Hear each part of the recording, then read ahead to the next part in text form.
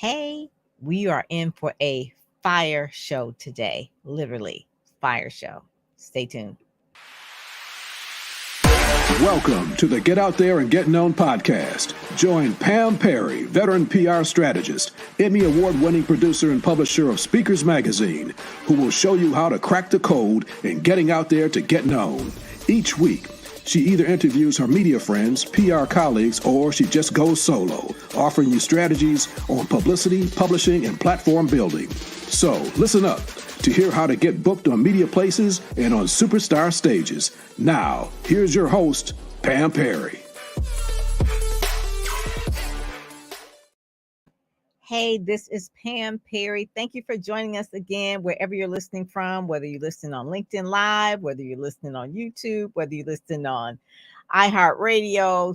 You know, we're on all the podcast places, but I really want you to know about our guest today, Dawnna St. Louis. No, she's not from St. Louis. That's just her last name.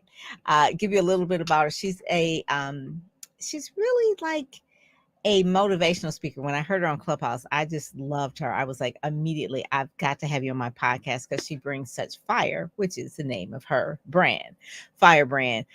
She's motivated by the success of others and is driven by that internal passion to be a catalyst of their success. She has earned a Six Sigma Master Black Belt. That's not about karate either, too. And is a premier business coach for Goldman Sachs entrepreneur. So, you know, she's got the juice.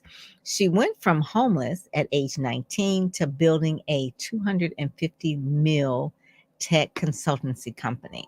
Then after losing it all in a failed relationship and leaving South Florida with only $2,500 in the bank, she rebuilt that first six-figure income in less than 6 months and 7 figures within a year. That's why I said she's got the fire.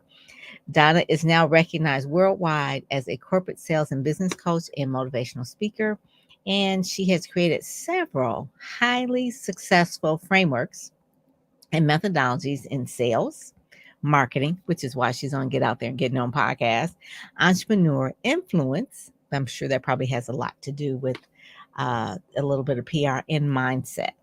And I think what I heard mostly about her was her mindset when we were on Clubhouse. Each of these frameworks, she says, has been adopted by corporations worldwide, and she uses them to help speakers, coaches, and experts build highly profitable businesses. That's what I'm talking about. So with that, I'm going to bring up Dawnna. Hey, what's up? How are you doing? Thank you so much for having me here. Oh my God. You know, I really appreciate your honesty in your bio, and more so than what you've done, but just the transparency. And like I said, I felt like when I first heard you, I said, she's like a sister. And, you know, I was like, I gotta find out who this lady is. But the whole thing about money and mindset, when someone has as much as you had, to lose it, to being homeless, and you still have so much joy. Dawnna, I mean, you just have joy. And so we'll get into the marketing and all the sales kind of stuff, but give us the secret sauce of like what makes you tick, because that's hard for people to have bounce back from and not be bitter and mad. Okay. At all, by the way. You can be bitter and mad, be like, okay, I'm gonna make all this money back and I'm gonna make other people pay. But you are always laughing. You have such a good attitude. So I'm good. Well, you know, it's funny that you asked me that, because someone asked me the other day, they're like, I think if I'd have walked away with only 2,500, like I have some dead bodies in my way. That part. And I'm like, true, sis, but and I'm not saying I don't. We're just not going to talk about it. No. Honestly, here's the thing. Here was a question that came up the other day, and it really does tie into what you just said. Somebody asked me, what is the difference between being rich and being wealthy?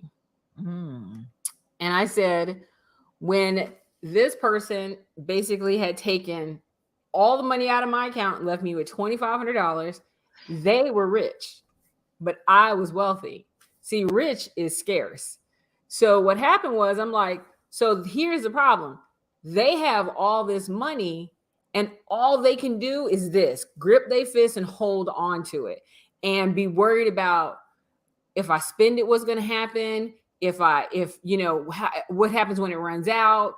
So all they can do is hold tight, hold tight, hold tight. And all I could do is, and all they could do is stare in one direction at that money because they're worried about every little dollar, every little penny and where it's going to go. They couldn't look anywhere. They're stuck. I, on the other hand, was wealthy because I'm like, $2,500, cool. I'm going to turn that into, I was wealthy because I had a wealth mindset. I have an abundance of knowledge. I know how to turn, a 15 cent into $500. I know how to do that. When somebody doesn't know how to do that, they're rich for a moment, but they're not wealthy for a lifetime. I love that. That's worth a clap right there. I'm serious. I'm like, and I hardly ever do it, only just at the beginning, but that right there is the key. That is the key, right? Because of the mindset. And that's what I heard more about what you have done. I mean, you've built companies, tech companies, and sales and marketing. You talk about the language of it. I like even on your LinkedIn bio, your intro, it says, it's Dawnna.com when you're ready. It's like, it's like, I'm not going to push it off on you just when you're ready. But I heard something when you said about excuses, and it's in your workbook, in your program, I guess you have, and it says, when something is over my head, I have no money and I have no time for it.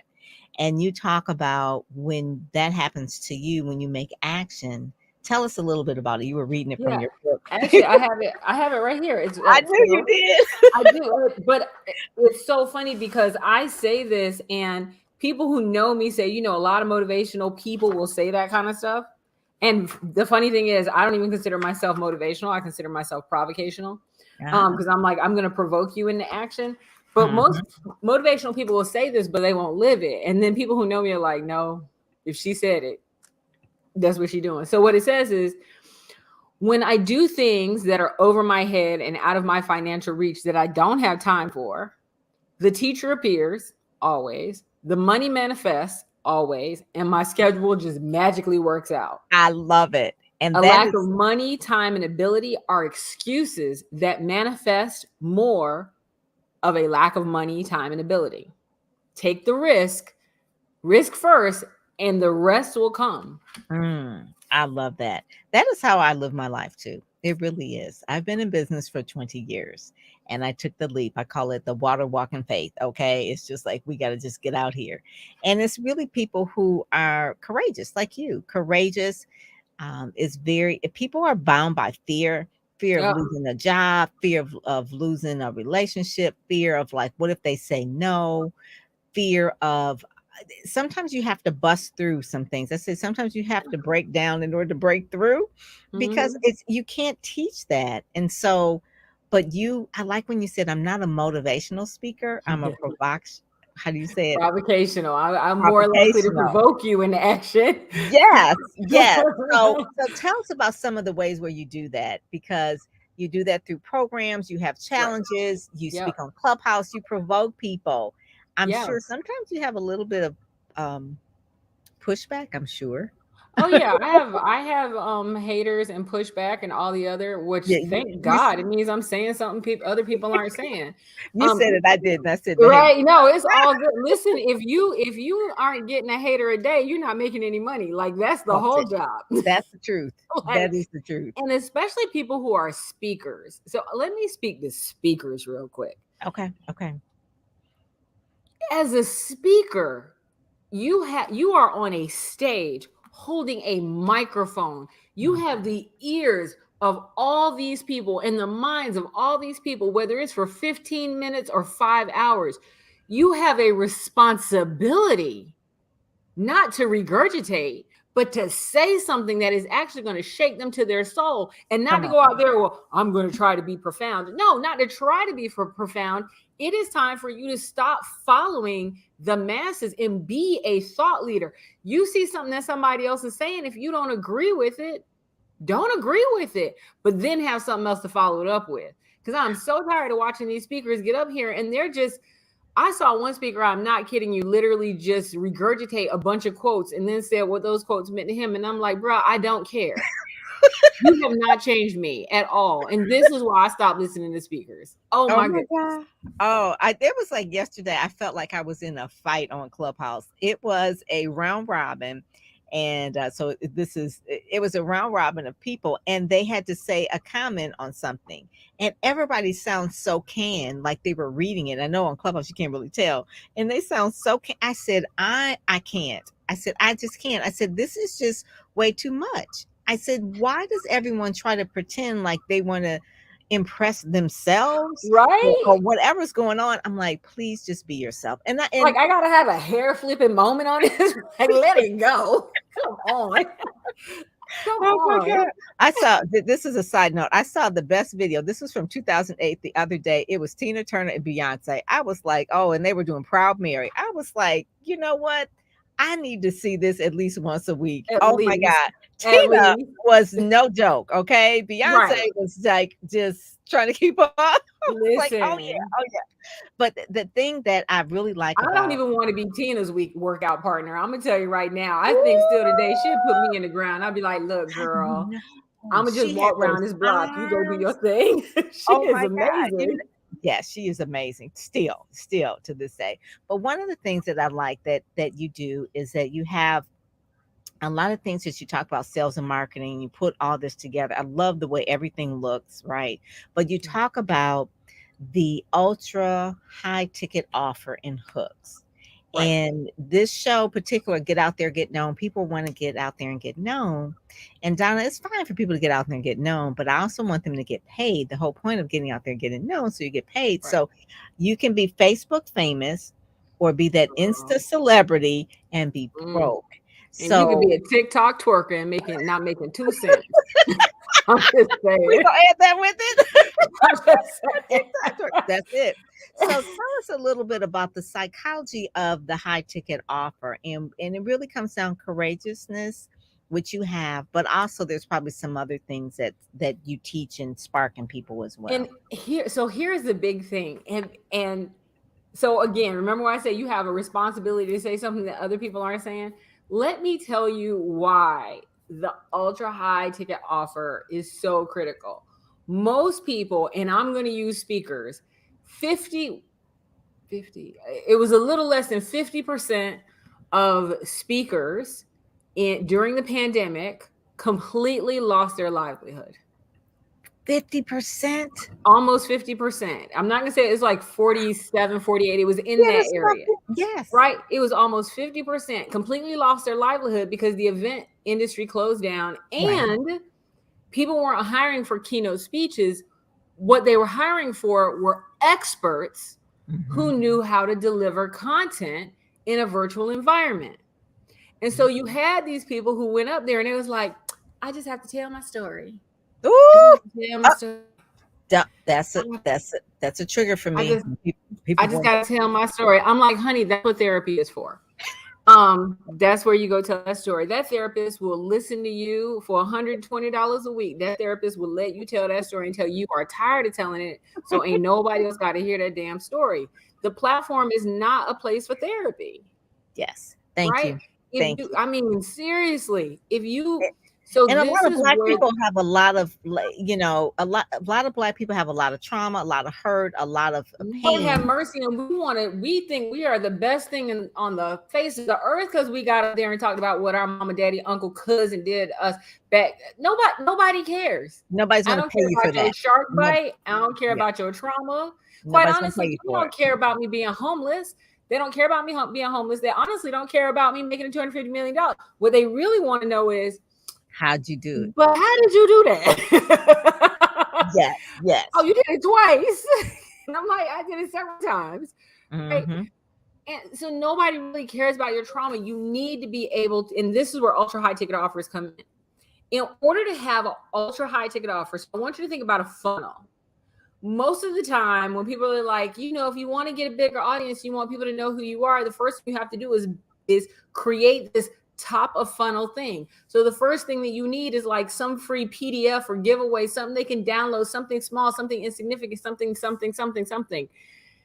That is where you sell from. That is not where you build your business from. I'm going to say that one more time. That is where you sell from. Where you start is at the bottom of your funnel with your ultra high ticket offer. Then you pull out from there and say, and here's my medium offer. Then you pull out from there and say, this is my low ticket offer. Then, so that's where you build from. And then on this, the other side is where you sell from. So you build from the bottom up. What is my ultra high ticket offer? Where do I want people ultimately to get to? And then when you sell from your high ticket offer down. What I find is this, and this is my speaker peeps. They think because they got on stage one time for $10,000 that they are ultra high ticket offer salesperson. You are not. I'm gonna tell you right now, because I get paid $25,000 to get on the stage, and somebody couldn't pay me to leave my house for $10,000 to get on the stage. So therefore, I'm gonna let you know that $10,000 is right at the bottom and middle of the road. You have not hit ultra high ticket. That's number one. Number two, that is not an ultra high ticket offering that works for long term. That is called gig chasing. Ooh. You are not creating recurring revenue. That's why 40 something, almost 50% of them were out of business because they were gig chasing. And when the gigs dried up, they were broke. Oh my God. This needs to be in a book. That like to speakers, quit gig chasing. They're gig chasing. And I publish Speakers Magazine, so a lot of them are gig chasing, but I like what you said, that they are looking for experts that are delivering content. Not someone reciting or memorizing quotes. And this is what it looks like, by the way. And here's the funny thing. So my $25,000 speech is my top of funnel. That is my very low ticket offer in the speaking industry. My middle of the funnel is probably around 50,000, and my bottom of funnel, where I make my most money, is about 250,000. So my top of funnel for my speaking industry is my $25,000 offering. Why? Because it is a one-time gig chasing opportunity. It is not until I get that client into a 50, 60, 70, $100,000 opportunity that they're now at the middle of the funnel. And that's what people aren't thinking about. They think, oh, because I'm making $25,000 for this one event, that's how I know it's top of funnel. It is one single non-recurring opportunity. And by the way, having them, they're going to let me speak for them again next year, does not make it. Not necessarily. Somebody else out there gig chasing probably get it. Let me tell you, I love it. They're like, yeah, but they're going to have me next year. I'm like, you know how many people that had me 3 years in a row? You know what that means? That means they got in my top of funnel 3 times. That's what that means. Because you do need to have a reoccurring contract with them. Right. Well, what happens is they get up there and they give this fantastic speech. And then the event planner comes to them and they go, that was so good. You did such a fantastic job. I love to talk to you about your 3-month program, or what type of group coaching program you have, or what other ways that you actually deliver this content. And then they like, what the I could come back and do a speech for y'all tomorrow. Like, that's not what they're asking you for. That's not what they're asking for. That's not what they're asking you for. Oh my God. That is really just an entryway. But even if they did speak for 25,000, if they bled all over the audience with their horrible stories of going through the trauma and the things, they won't even come back. They won't get another one. They won't even ask them about what programs they have. Oh my gosh. And I say that from the standpoint that Speakers Magazine 5 years old this month or this year, and the majority of the speakers, maybe a few of them, someone egged them on to speak. You should tell your story, just like the book. You should write a book. You should write a book. And before it was like write a book. And then now we got millions of books that aren't selling. Right. But that's a little bit different because they're sitting on the shelf and they're maybe on print on demand. But in speaking, it's more personal. And so I see a lot of people a lot more hurt because people aren't asking them to speak. It's like, listen, you had it in a book and people didn't buy the book. Why do you think they're going to? Oh my God. My favorite is they think that somebody, what they're doing is they're sitting there like, I'm just trying to get to the point where my phone just rings off the hook. I'm like, you keep waiting. In the meantime, I'm going to go ahead and do these sales. I'm gonna go ahead and pick up the phone and make these phone calls and close that deal, but you keep waiting. Then, you know, or I'm gonna just get someone to sell me for me. You haven't figured out how to sell you for you. How you think somebody else gonna come in and do that? Yeah. Or my favorite is, I'm just gonna get with the Speakers Bureau. Oh my goodness. And I'm just gonna let the Speakers Bureau do it for me. I'm like, they don't like to sell. Yeah. So- And I want you to listen. The Speakers Bureau, they think, has that magic wand, like, woo, Really woo, woo. do. We put your picture up, and then, you know, and it really is about what problem are you solving. Right. And what Speakers and Bureaus do is they put you in, by the way, when they put you in, so they'll put me in and they'll say, listen, you're at the top at 25, and we got somebody else here at 5, and we got somebody at 10, and we got somebody at 15. But we're gonna submit 4 people. You really think they're just submitting you because they asked you? No, they're submitting all 4. because they work on commission. All 4. Because what they're trying to do is get the engagement, not get you paid. Right. They're trying And to get guess the who they're commission. pushing hardest? That's who they're pushing the hardest. Whoever They're they pushing gonna buy. me. They're pushing me the hardest. You know why? Because they're gonna make more money off of me. They're like, Commission. if I do her, I'm gonna get 6,000.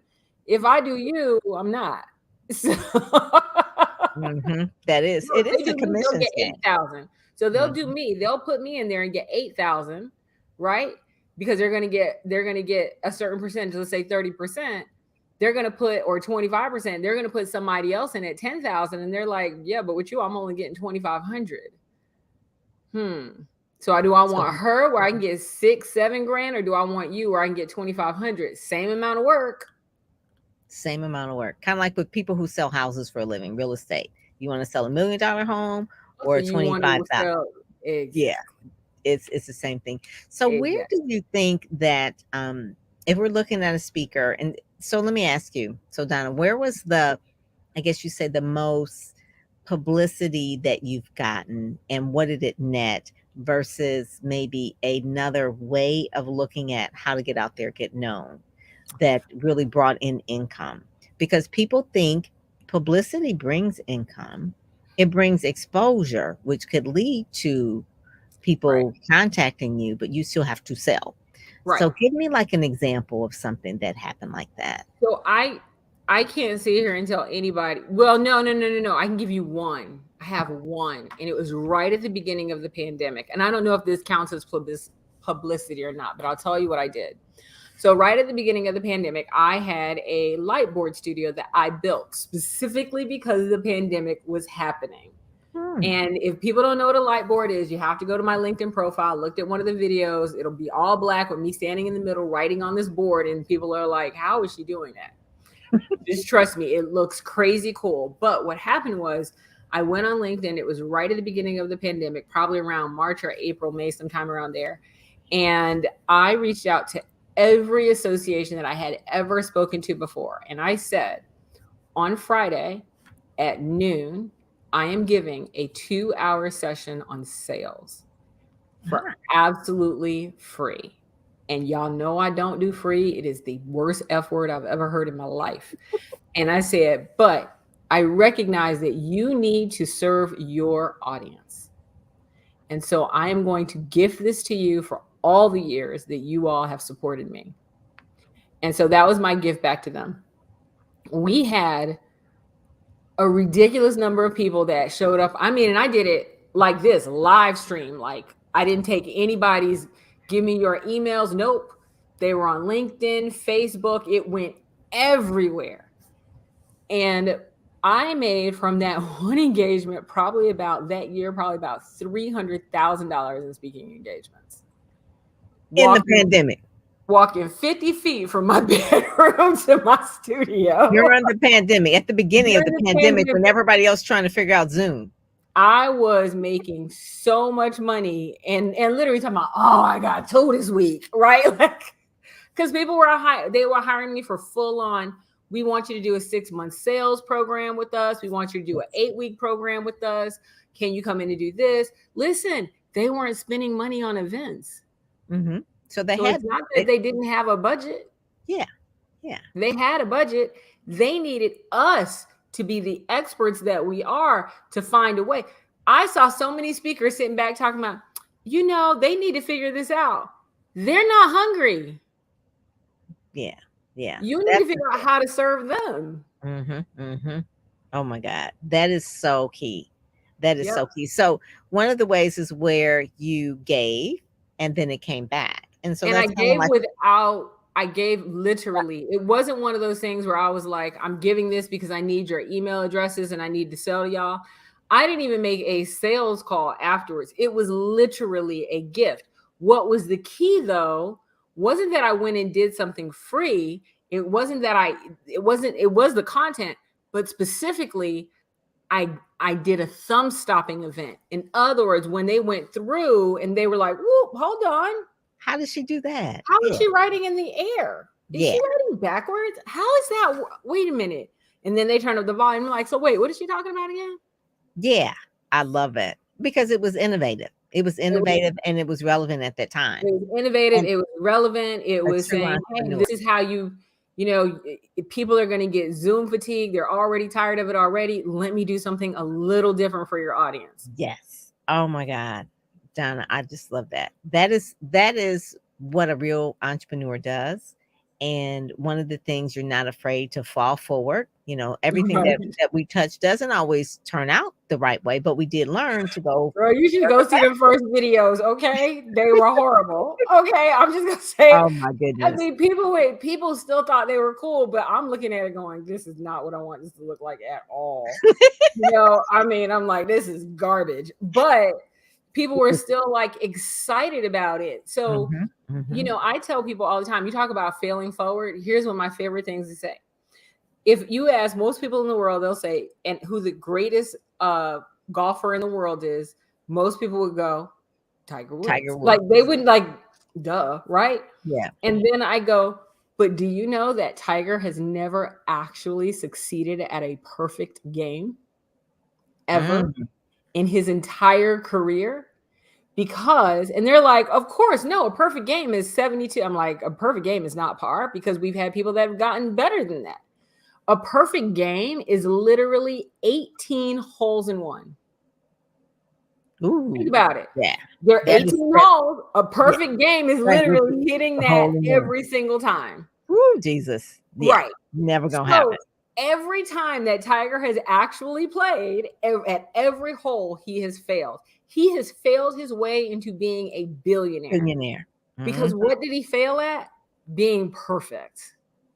And I always say completion is better than perfect. I say that all the time. But that's just the get up and point. move. Stop Just move. chasing perfection and recognize and this is why I say that, because if he got to that tee and he was like, I am going to hit a hole in one from this tee, if that's what he tried to do every time, he would fail. He would fail. And here's why. Because you'll be at the tee, you'll be here at the tee, but the hole is around this curve over here. You can't even see it. So where is this ball going to end up? In the trees, in the lake, right? If you keep trying so hard to be perfect, chasing perfection delivers mediocrity. Chasing excellence, delivering something better delivers perfection. Yeah. And it gets you out there and get known, because so many people will come to me and say, hey, I need a publicist. I want to get out there and get known. And it's like, okay, get out there and get known for what? And most people can't even really articulate it. Right. And I think sometimes people really have this, I guess you would say they need the dopamine of like being seen. And I think social media has made that more so like a thing. Like it is a thing. It's just so much like how much attention can I get online? But the whole time when you think about it, I mean, people who are millionaires and billionaires, they're not thinking about that. They're not thinking about how one is self-serving, right? Like for me to go, I just have to get out there and tell my story. Well, that is very self-serving. The words in it are I and my, right? This is, I'll tell you what made me do more things like this from a just getting out in the public eye more, is I was thinking about my clients. And for the people who know me in the coaching industry or know me in the speaking industry, they're like, "Oh, you work with Dawnna? All right, okay." I've had people who've gotten clients because they've said, "Oh, Dawnna St. Louis is my coach." Wow. And someone told me, this publicist actually told me once, she said, you don't do a lot of video, you don't go out on social media a lot, like you're just not out there a lot. And I'm like, yeah, because I'm usually working with my clients, like that's my priority. And she said, yeah, but you're stealing from them. And I'm like, Stealing. how that is, right? And she Right, said, yeah. she said, because think about it this way. She goes, Dr. Phil is rich because Oprah shined a spotlight on him. And Yeah. Oprah said, Dr. Oz is where Dr. Oz is because And Rachel Oprah Ray and all that. and Yeah. Rachel Ray and all of that, right? And she I goes, know. by you not being out there enough, you're making it harder for your clients. Whereas they could just go, oh, but yeah, Dawnna coaches me. I'm a part of Firebrand.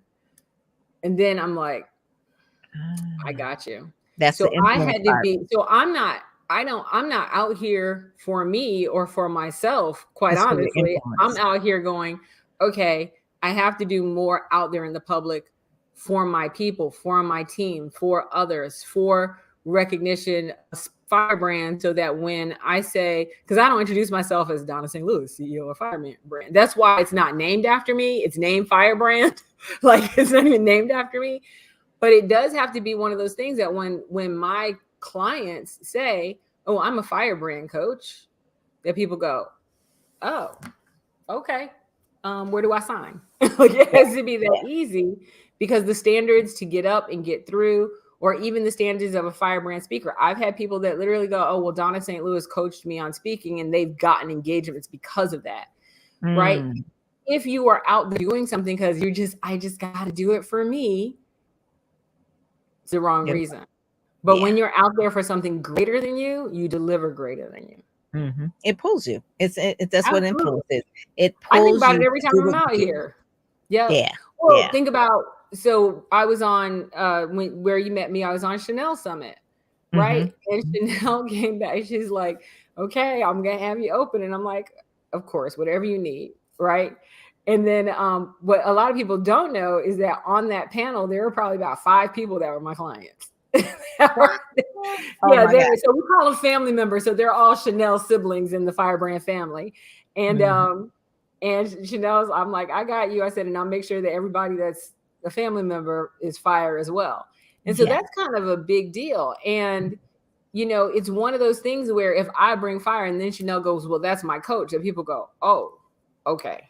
That's community. That's community. And that's so big today. I want to tell people that public relations has to do with relationships, and relationships are built in community. And you can't be a lone ranger. You will definitely be alone.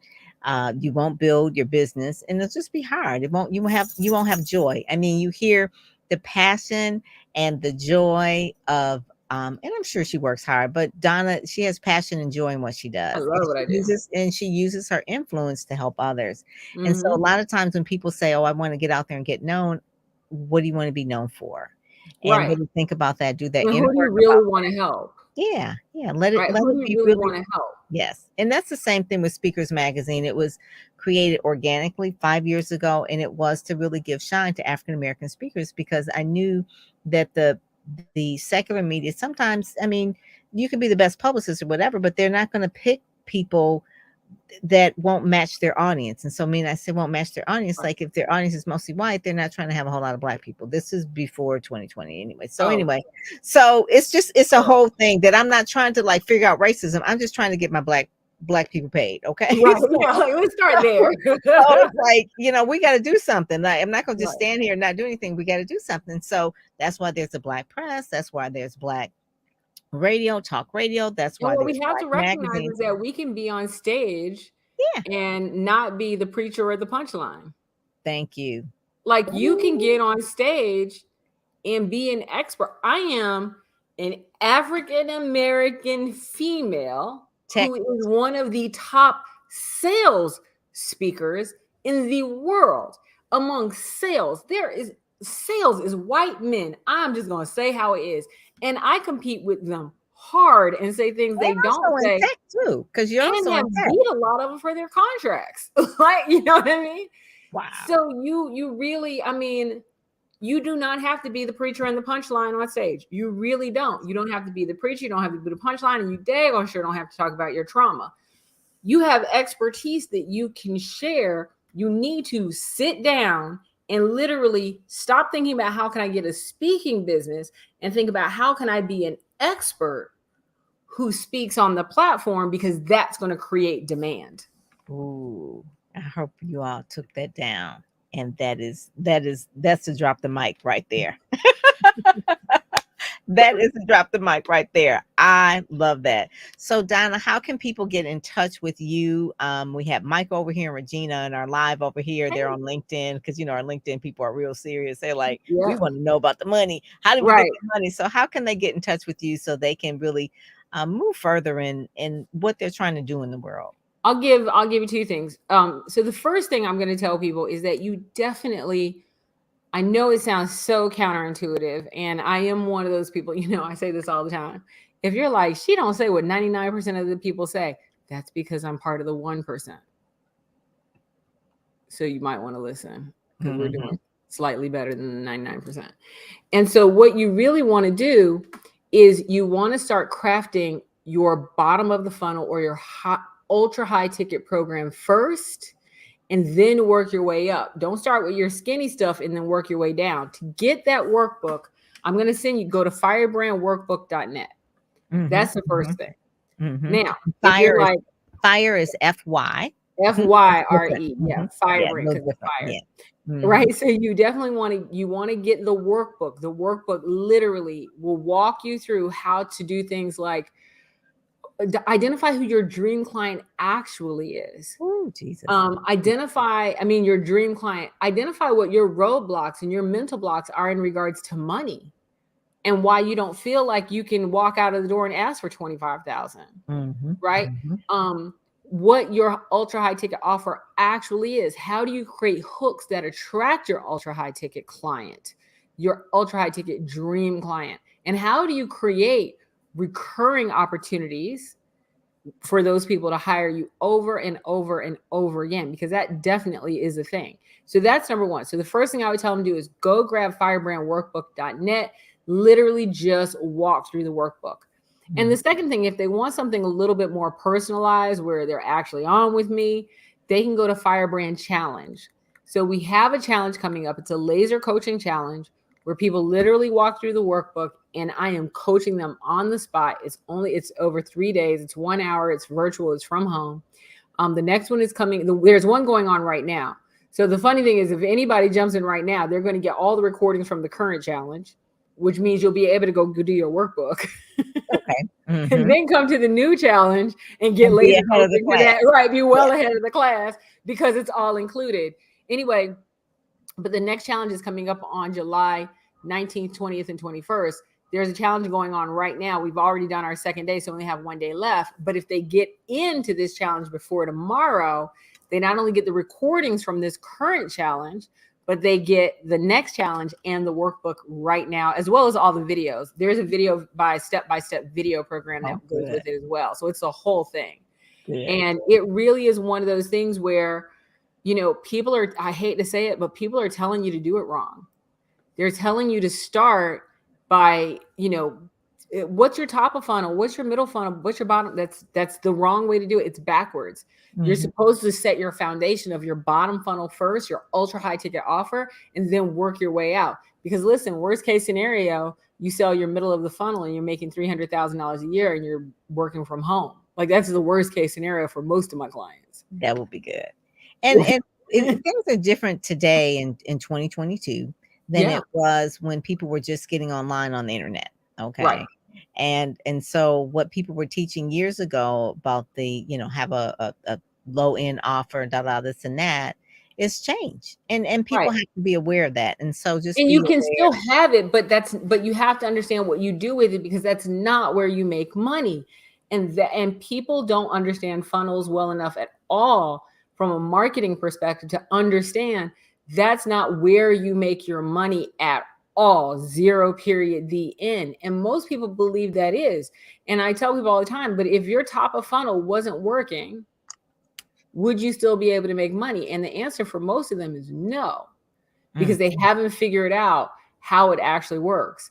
And again, people don't build right. They build from the top of the funnel and work down. You have to build from the bottom of the funnel and work up. I love it. I love it. All the way up. Work all the way up. And then when you All do the way that, when you sell, you sell out like crazy. And it's not something that it doesn't take forever. You're building a business that's supposed to last your lifetime. It takes a solid 6 months of work. The good news is that usually by the time you hit month 4, you're already making money. At least my clients are in my program. My whole thing is before you exit my program, I want you to get your return on investment. So, I mean, I'm really, really, really big on that. I don't like anybody to come through my program that doesn't walk out with their money before the program is over. And so it really talks about mindset. How bad do you want it? Are you going to let excuses stop you? There are things that go on all the time. There are excuses for everything, but how bad do you want it? And then you have to have the mindset. You would literally have to quit.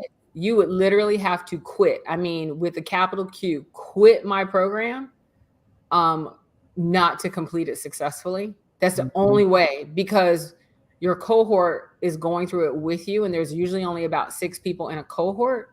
And we don't move forward unless everybody moves forward. So you are either A, holding people back, or you're going to quit. Wow. That's right. That's so your cohort isn't going to let you fail. Yes. I'm not going to let you fail. So the only person that's going to let you fail is the person in the middle, in the mirror. That's it. Right. And so we really do create a program that kind of gets people to that level of success. Well, thank you so much, Dawnna. This has been so good. You're in Florida. You're still in Florida? I am in Florida. I'm in the Tampa area. All right. I love Florida. So if I am in the area, I would love to do a face-to-face with you. It was so exciting just being on the Zoom with you, doing this interview and doing all of that. But I definitely love your energy, the foresight that you had at the beginning of the pandemic with the light board, just creative things like that just really geek me up, So I just really, really appreciate it. And so I will see you around on the Clubhouse streets. As well. That is like one of my favorite. Actually, this evening, this is taint, but Willie Jolly is going to be on Clubhouse just to really give inspiration to some of the speakers. Yes, and you know how he's so motivating. So I kind of figured, this little summer slump, maybe some of these speakers will need some motivation that I can't really give them. I help them with PR, but I said motivation. Let's get Willie Jolly, and so you did the productization. No. Yeah, you said it right. Provocative. Yeah. I'm more provocational. He is definitely motivational. And you're provocational. Yes. Yeah, me and Willie, we have shared a stage. He's an awesome human being. Yes, that is. Well, thank you so much for joining. Get Out There and Get Known podcast, and I will talk with you soon. God bless. Absolutely. Thank you. You've been listening to the Get Out There and Get Known podcast, brought to you by PamPerryPR.com, where you'll get insider tips on how to build your platform, pitch the media, and promote yourself with confidence. Head over to PamPerryPR.com and get the exclusive video training on the 7 must-have marketing materials you need before you pitch in order to be considered in media places or superstar stages.